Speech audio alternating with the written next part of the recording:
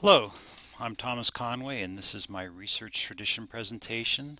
My topic for today is virtual words and ethnography.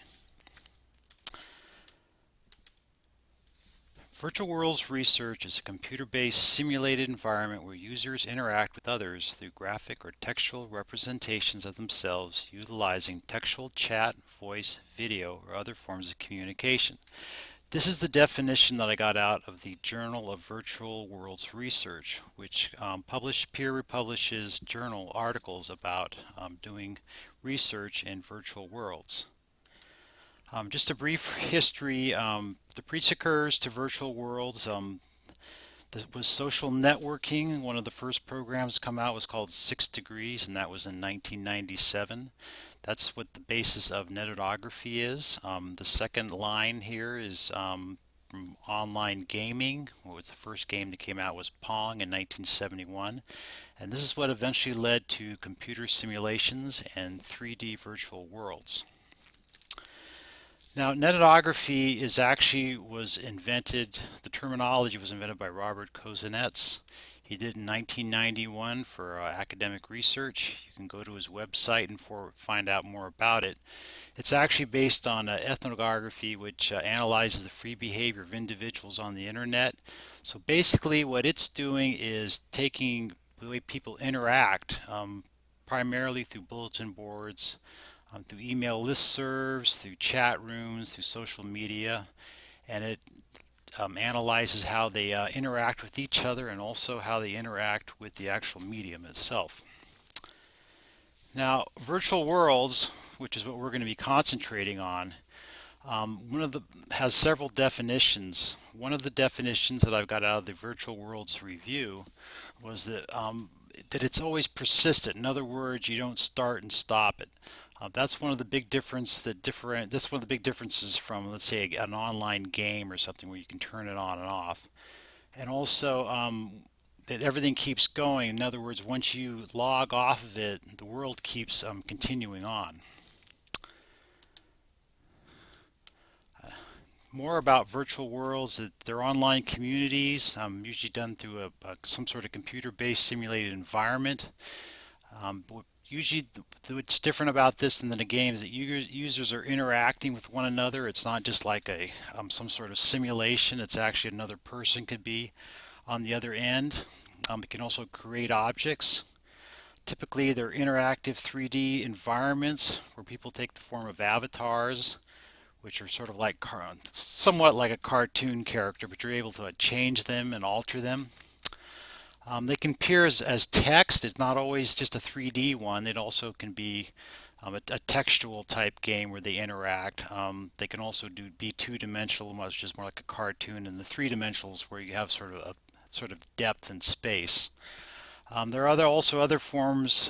You can talk. Sometimes you can touch people. You use them with your hands. It's kind of interesting way, and they usually have multiple users.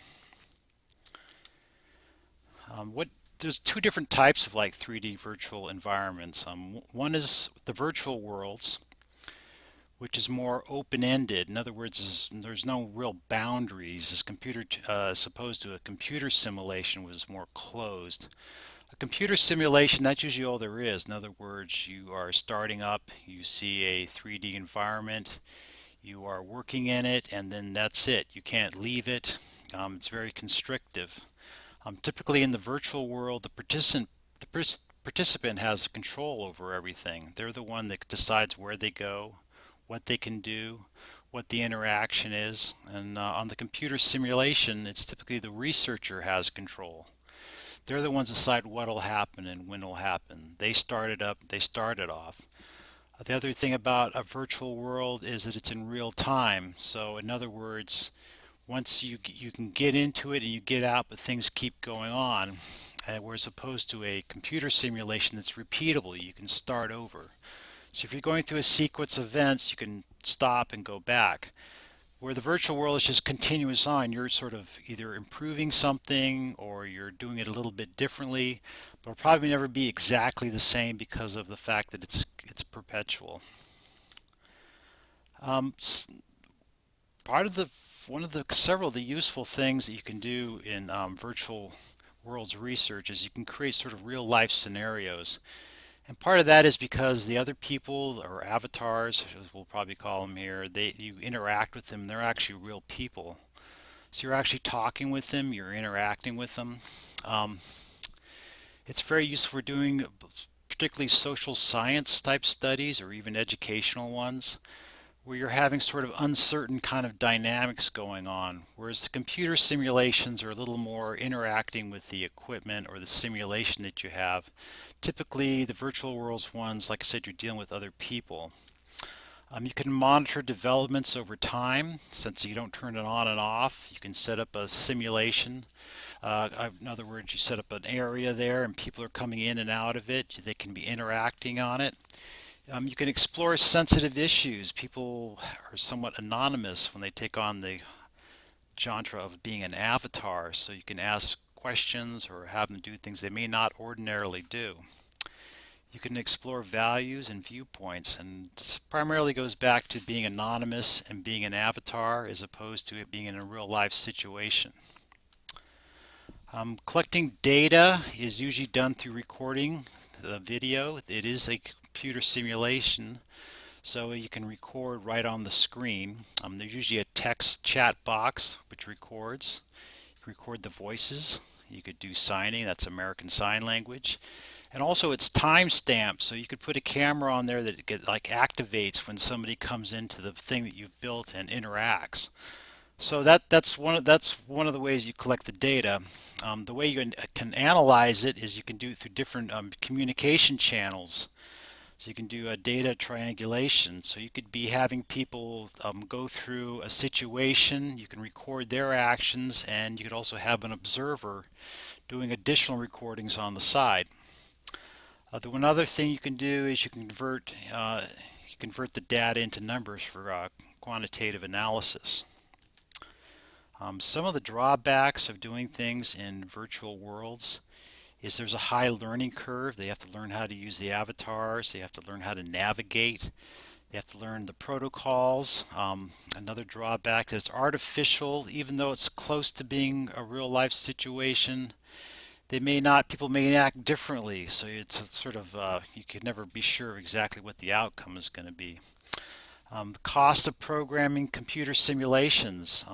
Even though things such as some of these programs are free, you still have to spend time building the areas. You still have to design it. And if you're doing a computer simulation, you'd have to have somebody design it also. You need a lot of technical expertise is needed for the participants, so you can't get as wide a range of people into a study. They have to know how to do it, or you're going to have to spend a lot of time teaching them how to do it. Typically, these things are more for people who are very computer literate, so a high-speed internet connection or even a reliable one is highly advised. So you have a slow internet connection, you may have things that called lag where the things don't quite go as fast, and they can have some other problems that can lead to a lot of frustration. Also, typically you're going to need a lot of newer computer equipment is usually needed. You can't have one that's 5-6 years old, because typically there's a lot of RAM that's needed to process the environments.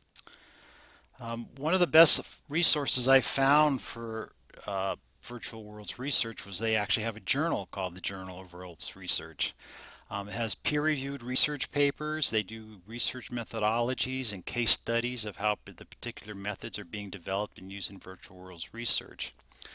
I narrowed it down to 3 different articles, and now I'll start talking about them.